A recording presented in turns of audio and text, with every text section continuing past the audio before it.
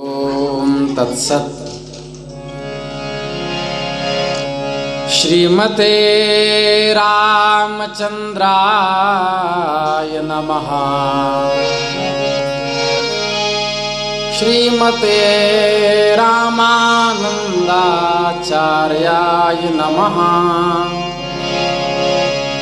श्रीमते मलूकदासाय नमः।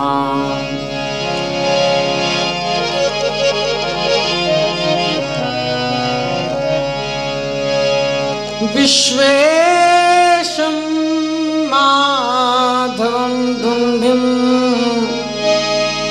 दण्डपाणिं च भैरवं वन्दे काशीं गुहां गंगां भवानी मणिकर्णिकाम्।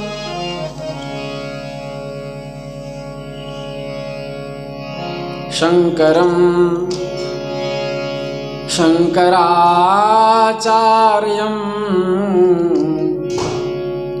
केशवं बादरायणं सूत्रभाष्यकृतौ वन्दे भगवन्तौ पुनः पुनः। श्री नाभा जी कह रहे हैं, कलयुग धर्म पालक प्रगट आचार्य शंकर सुभट। कलयुग धर्म पालक प्रगट आचार्य शंकर सुभट। साधु जी उत्श्रृंखल अज्ञान जिते अन ईश्वरवादी। जिते अन ईश्वरवादी। साधु जी बौद्ध कुतर की जैन और पाखंड ही आदि। और पाखंड ही आदि। साधु जी विमुखनि को दियो दंड ऐची सन मार्ग आने। ऐची सन मार्ग आने। साधु जी सदाचार को सीव। साधु जी सदाचार को सीव विश्व की रति ही बखाने।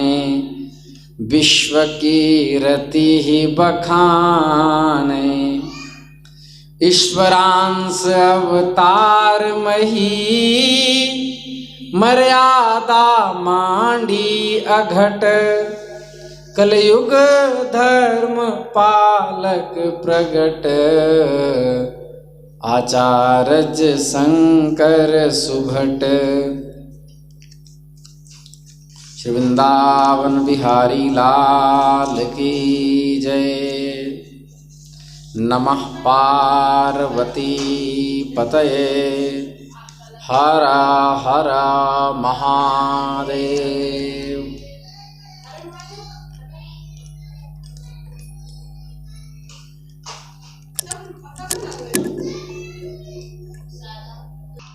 श्री वृंदावन बिहारी लाल की जय। नमः पार्वती पतये हर हर महादेव। हरिशरणम हरिशरणम भक्तवांछा कल्पतरु यति चक्र चूड़ामणि।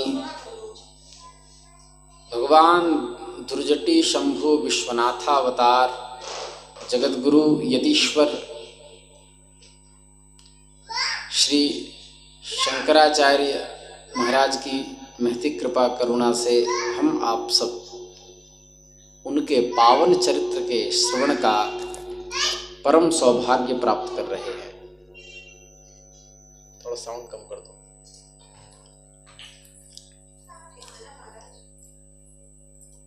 थोड़ा कम कर दो, सीटी मार रहा है। बस। देवताओं को आश्वस्त करते हुए भगवान शंकर ने कहा कि मैं पृथ्वी पर आचार्य शंकर के नाम से अवतीर्ण होऊंगा।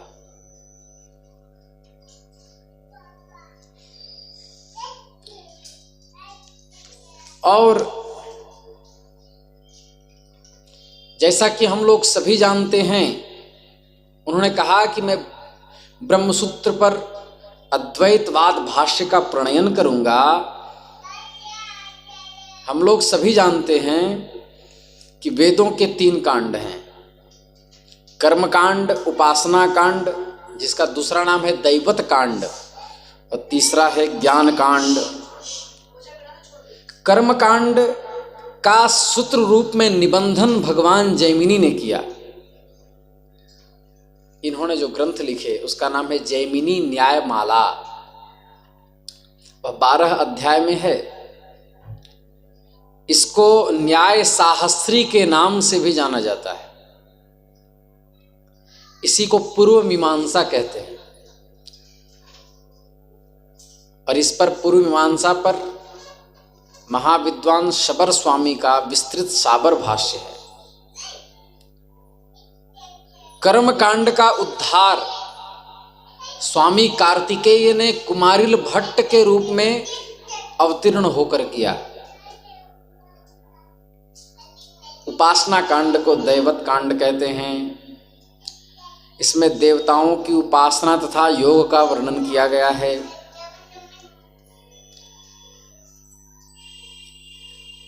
इस कांड का उद्धार भगवान विष्णु के अंशावतार आचार्य संकर्षण ने सूत्रात्मक संकर्षण कांड का प्रणयन करके तथा शेष के अंशावतार महर्षि पतंजलि ने पातंजलि योग दर्शन ग्रंथ का प्रणयन करके किया है। वेद के 3 कांड हैं ज्ञान कांड, उसी को ब्रह्म कांड भी कहते हैं। इस कांड के अंतर्गत वेदों का ब्राह्मण भाग आता है और उपनिषद भाग आता है। ज्ञान कांड पर महर्षि बादरायण का सूत्रात्मक ग्रंथ शारीरक मीमांसा, जिसका दूसरा नाम है शारीरक शास्त्र, इस भाग का उद्धार भगवान शंकर ने आद्य गुरु शंकराचार्य के रूप में अवतीर्ण होकर के ब्रह्मसूत्र पर भाष्य का प्रणयन किया।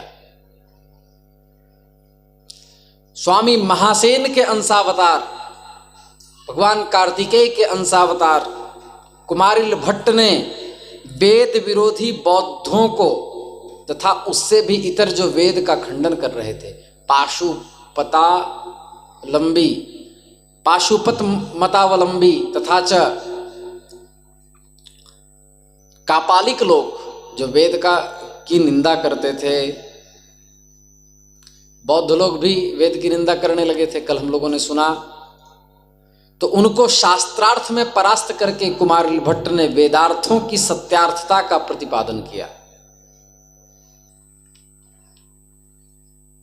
भगवान शंकर के आदेश को पाकर इंद्र सुधन्वा नामक राजा बनकर के उत्पन्न हुए। उन्होंने धर्मपूर्वक प्रजा का पालन किया। उनकी राजधानी अमरावती हो गई थी और पृथ्वी स्वर्ग के समान उनके राज्यकाल में सुखमयी हो गई थी। सर्वज्ञ होने के बाद भी, सब कुछ जानने के बाद भी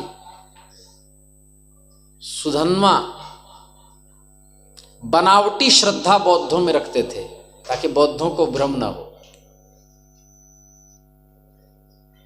वो चाहते थे कि कुमारिल भट्ट आ जाएं, भगवान कार्तिकेय अवतार ले लें, उसके बाद इन लोगों को समूल यहां से हटाना होगा, नहीं तो वेद का विभाजन हो जाएगा। वे इंद्र के अंशावतार थे। वे चाहते थे कि बौद्धागम का खंडन कुमारिल भट्ट करें। कार्तिकेय ने शक्ति का प्रहार करके क्रौंच को विदीर्ण कर दिया था, वो कार्तिकेय कुमारिल भट्ट के रूप में अवतीर्ण हुए।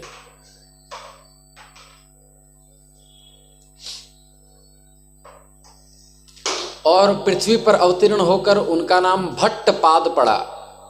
शंकराचार्य जी का नाम भगवत पाद पड़ा, भगवान के चरण, और इनका नाम भट्टपाद पड़ा। भट्ट मतलब होता है विद्वान। इतने उच्च कोटि के महापुरुष थे कि जब शंकराचार्य भगवान ने भाष्य लिखा तो हमने सही सही लिखा है कि नहीं वो इनके हाथ में दिया था, कुमारिल भट्ट के हाथ में।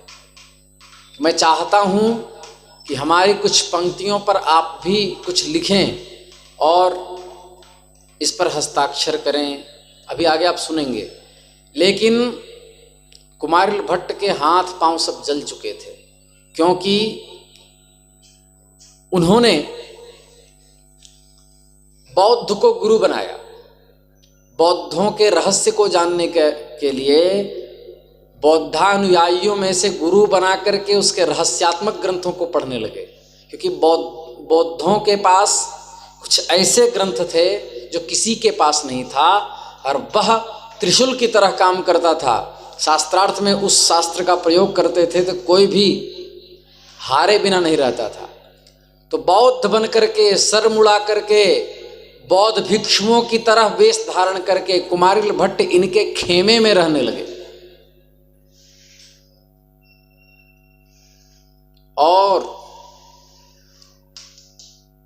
ध्यान से सुने, खेमे में रहने लगे, इनसे शास्त्रार्थ की सारी पद्धति सीखी और हमेशा बौद्ध बन के रहते। लेकिन बौद्धानुयायियों ने उनको पता नहीं चल पाया कि कुमारिल भट्ट कोई सनातन धर्मावलंबी महात्मा है, प्रकांड विद्वान है।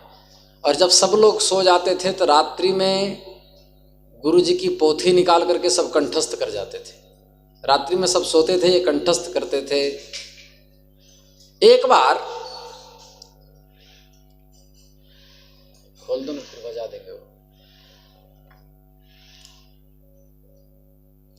एक बार उन बौद्धों के बीच स्थित कुमारिल भट्ट अपने गुरुजनों से उपदेश सुन रहे थे। उसी समय परमात्मा को बंदर कह दिया गुरुजी ने, क्योंकि सनातन धर्म का वो खंडन कर रहा था। कोई बौद्ध का विद्वान, वो उनके गुरुजी थे, और अनेक प्रकार के उपदेश करने लगा। वो ईश्वर का खंडन करने लगा, वेद की निंदा करने लगा। तो कुमारिल भट्ट के आंखों से अश्रुधार गिरने लगे, मस्तक नीचे करके वो बेचारे दुखी हो गए। बौद्धों को शंका हो गई कि ये कोई सनातन धर्मावलंबी, क्योंकि रात को जागता भी है,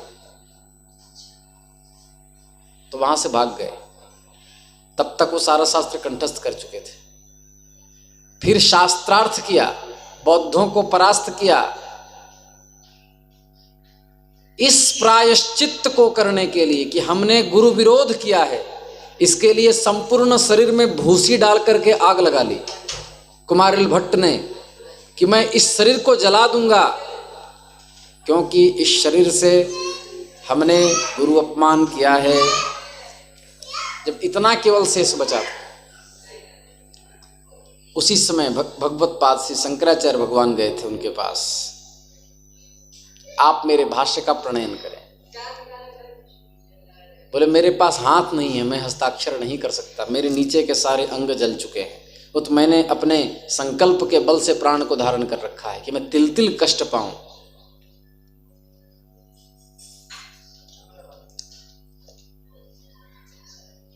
मैं तिल तिल कष्ट पाऊं, इसके लिए संकल्प से मैंने इतने भाग अभिधारण कर रखे हैं। अब धीरे धीरे यह भी जल रहा है। हे भगवत पाद, आप अपने ब्रह्मसूत्र भाष्य को मेरे आंखों के सामने ऐसे कर दीजिए, मैं देख लेता हूं। ऐसे थे कुमारिल भट्ट।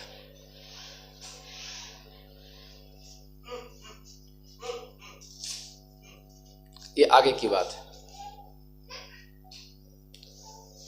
महर्षि जैमिनी ने वेदों के कर्मकांड भाग के तात्पर्य को जैमिनी माला में पिरोया है जैमिनी न्यायमाला में। दिग्विजयी यात्रा करते हुए, दिशाओं को जीतते हुए, प्रकांड पंडितों को शास्त्रार्थ में परास्त करते हुए कुमारिल भट्ट राजा सुधन्वा की नगरी में आए। राजा सुधन्वा ने भी उनकी आगवानी की, विधिवत पूजा की।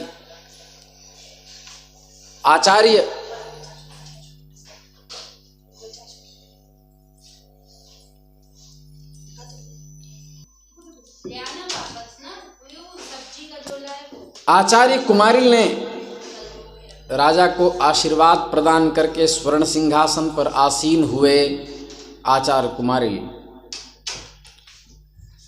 जैसे कामधेनु स्वर्ग के उद्यान को सुशोभित करती है, ऐसे ही आचार्य उसमें सुशोभित हो रहे थे।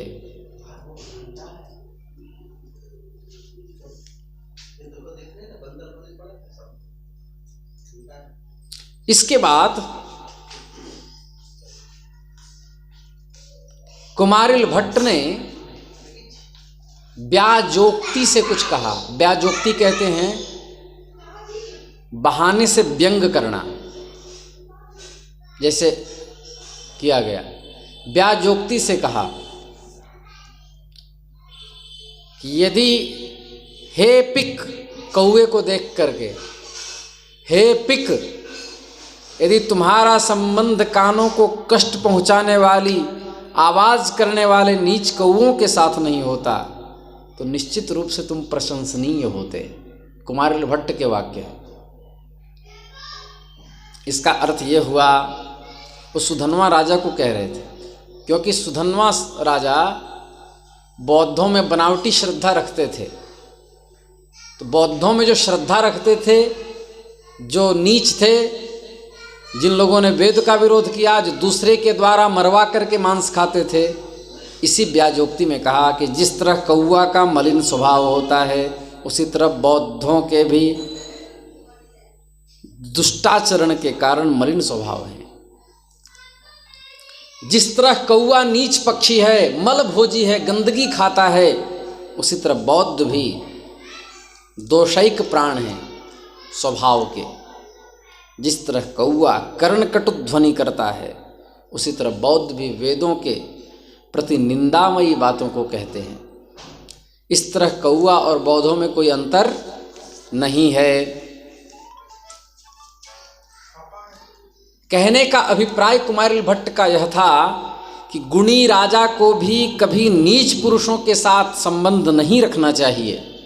यदि राजा नीच प्रकृति के बौद्धों का संग छोड़ दे, तो जिस तरह पिक कौवों के संगति को छोड़ने से प्रशंसनीय हो जाता है, उसी प्रकार आप यदि कौवों का संग छोड़ देंगे तो आपकी भी प्रशंसा संपूर्ण भारतवर्ष में होने लगेगी। कुमारिल भट्ट की वाणी तात्पर्य और सार गर्भित थी। कुमारिल भट्ट चाहते थे कि मैं अपने वैदुष्य और अपने ब्रह्मचर्य और अपने यतित्व रूपी कुल्हाड़ी से बौद्ध धर्म रूपी वृक्ष को काट दूं। तो आचार्य कुमारिल भट्ट ने वहां पर बौद्ध सब आते थे, आवाहन शास्त्रार्थ का कर दिया। पहले क्या होता था कि जो अत्यंत विद्वान होते थे वो जिस नगर में जाते थे, पहले वहाँ के सम्राट को उपदेश भेजते थे, मैं दिग्विजय करने के लिए आ रहा हूँ। और शर्त 2-3 होती थी, कुछ शर्त तो आगे चल के ये भी लागू हो गई थी कि जो शास्त्रार्थ में हार जाएगा वो अपना गला अपने हाथ से काट लेगा, और जो विजय हो जाएगा वो तो विजय ही है। कुमारिल भट्ट के समय यह था कि शास्त्रार्थ में जो परास्त होगा या तो वो देश छोड़ देगा, और या जो शास्त्रार्थ में विजयी होगा उसका शिष्यत्व स्वीकार कर लेगा। अब नाक पर बन आती थी सम्राटों की कि है आपके यहाँ कोई विद्वान, तो भाई नाक की बात है, मैं दिग्विजय करने के लिए आ रहा हूँ। जैसे ही सुधन्वा को पता चला कि कुमारिल भट्ट आ रहे हैं, तो कुमारिल भट्ट के ही समर्थक तो थे ही राजा सुधन्वा, लेकिन बनावटी श्रद्धा थी, तो बौद्धों को न्योता दे दिया कि उनको परास्त करना है, क्योंकि वो सारे जगत को जीत चुके हैं शास्त्रार्थ में, अब केवल आप लोग बचे हैं। विद्या की कामना करने वाले को ज्ञानम महेश्वराद छेद, भगवान महेश्वर की उपासना करनी चाहिए, भगवान शंकर की उपासना करनी चाहिए, और या तो भगवान कार्तिकेय की उपासना करनी चाहिए, या गणेश जी की, या भगवती जगदम्बा की, सरस्वती की। और कार्तिकेय जैसा विद्वान कौन होगा? शिवपुत्र हैं, शिवांश हैं। कुमारिल भट्ट ने अपनी अकाट्य युक्तियों के द्वारा बौद्ध सिद्धांत का खंडन कर दिया, और बौद्धों के समक्ष ही उनके सिद्धांत के ग्रंथों को फाड़ करके जलवा दिया। इससे बौद्धों की क्रोध ज्वाला भड़क गई,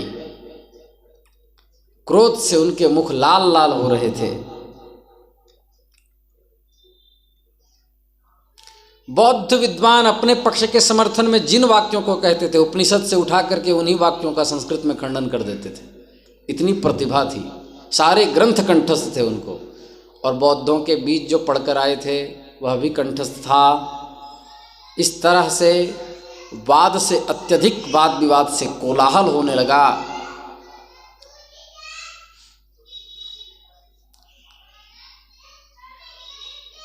बौद्ध लोग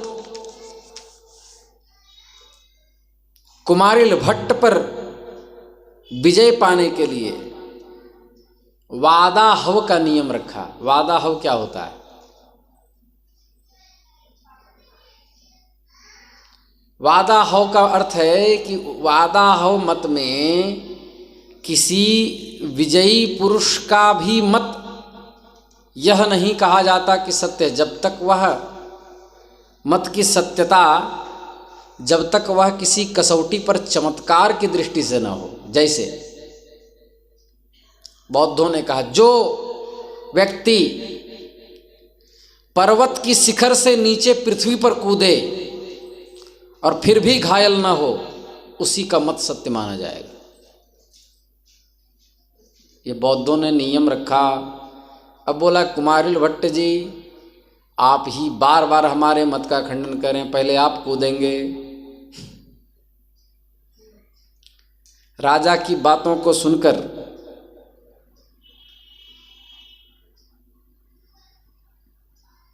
बौद्ध दार्शनिक एक दूसरे का मुख देखने लगे। राजा ने यह नियम लगाया कि युक्तियां तो हो गई, लेकिन यदि सच में वेद ही सत्य है तो कुमारिल भट्ट पहाड़ से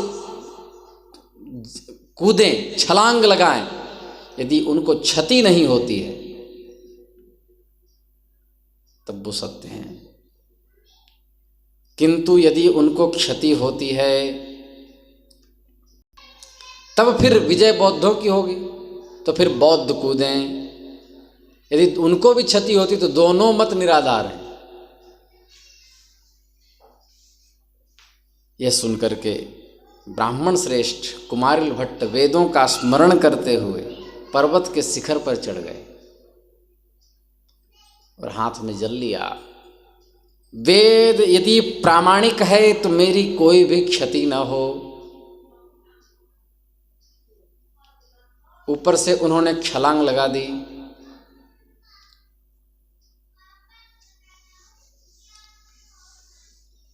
नीचे कूद गए, पर उनकी एक आंख चली गई।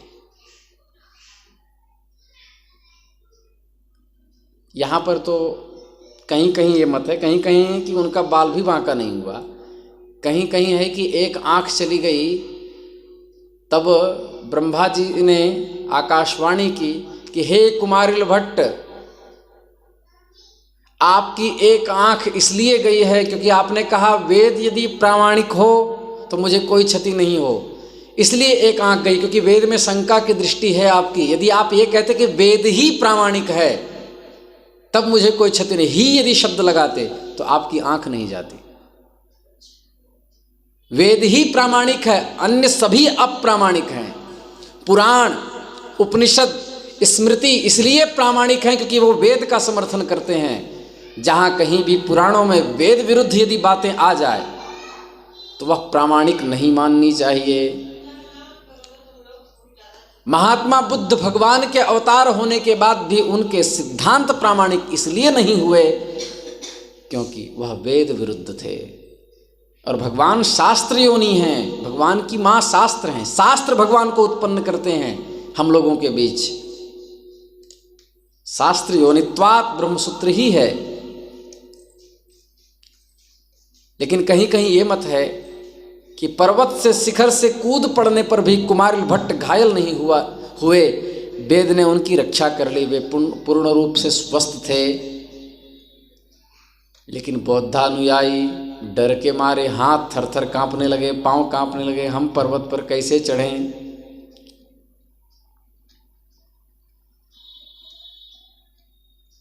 अद्भुत इस कर्म को देखकर वेद की प्रामाणिकता स्वीकार कर ली। लेकिन बौद्धों ने कहा इससे हम संतुष्ट नहीं हैं। क्यों?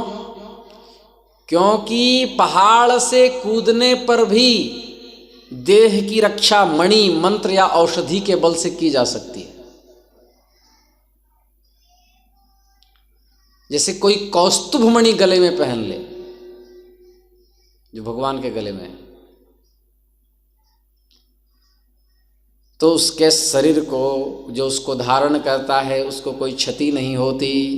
हो सकता है इन्होंने कौस्तुभ मणि पहन रखा हो।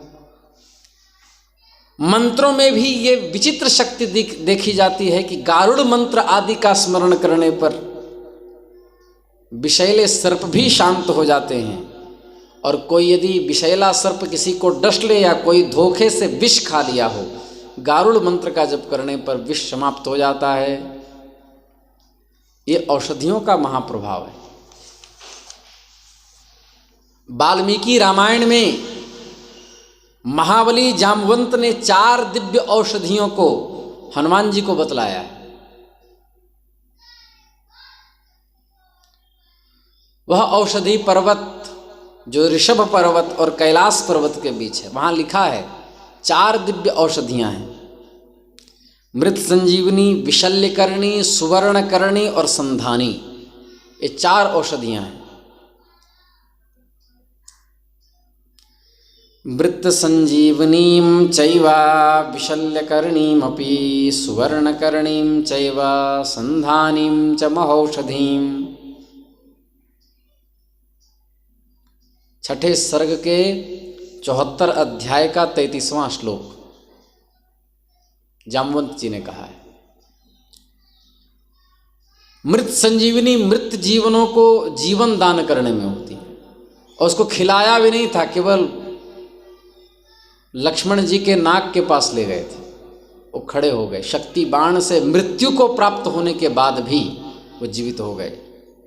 विशल्यकर्णी, इस औषधियों को प्रयोग में कोई लाए तो उसके घाव भर जाते हैं। ये विशल्यकर्णी, जब भीष्म पितामह को 100 बाणों से अर्जुन ने छेद दिया, उस समय दुर्योधन ने उस वैद्य को बुलाया था जो विशल्यकर्णी विद्या से संपन्न थे कि हे पितामह भीष्म, आपके शरीर के एक एक बाण को ये निकालने में कुशल हैं और घावों को फिर से भर देंगे।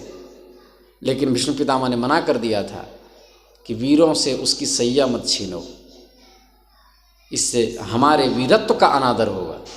वैद्य को सकुशल दक्षिणा दे करके आदरपूर्वक लौटा दो।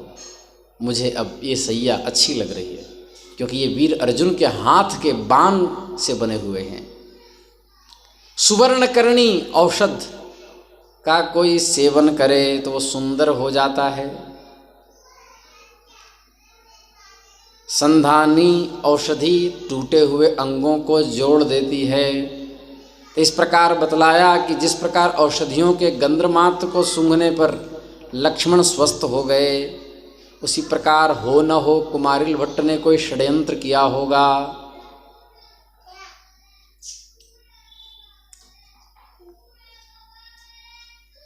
तो राजा अत्यंत क्रुद्ध हो गए। उनको लगा ये बौद्ध मान ही नहीं रहे, तो उन्होंने कठोर प्रतिज्ञा की। राजा ने कहा आप लोग बात नहीं मान रहे हैं, मैं आप लोगों से कुछ पूछूंगा, जो ठीक उत्तर नहीं दे सकेगा उसको निश्चित ही मैं पत्थर की चक्की में पेरवा दूंगा। इस प्रकार प्रतिज्ञा कर दी और सर्प से भरे घड़े को लाकर ब्राह्मण और बौद्धों के को पूछा, इसमें क्या है? ध्यान से सुने। सर्प से भरे हुए घड़े को राजा सुधन्वा लाए और बौद्धों से और कुमारिल भट्ट से पूछा। कुमारिल भट्ट अपने शिष्यों के साथ थे कि इसमें है क्या? जो सत्य बोलेगा वो तो बच जाएगा, जो झूठ बोलेगा तो उसके जितने प्रजाति हैं सबको मैं चक्की में पिसवा दूंगा।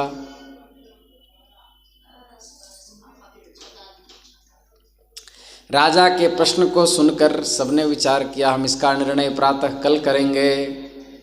इस तरह से राजा को प्रसन्न करके वे घर चले गए। अब कल हम बताएंगे कि क्या हुआ।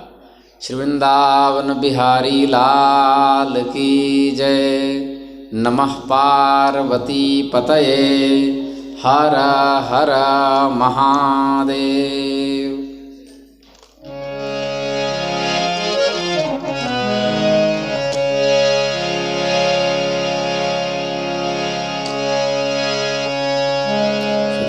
काशीशं भजे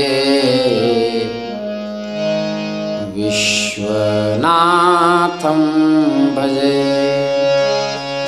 गौरीशं भजे हरीशं भजे,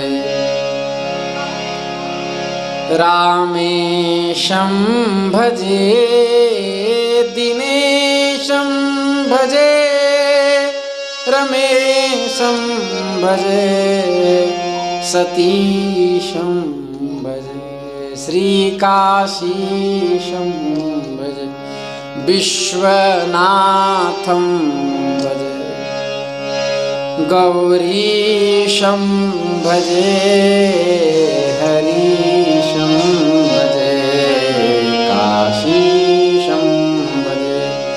नमः पार्वती पतये, हर हर महादेव।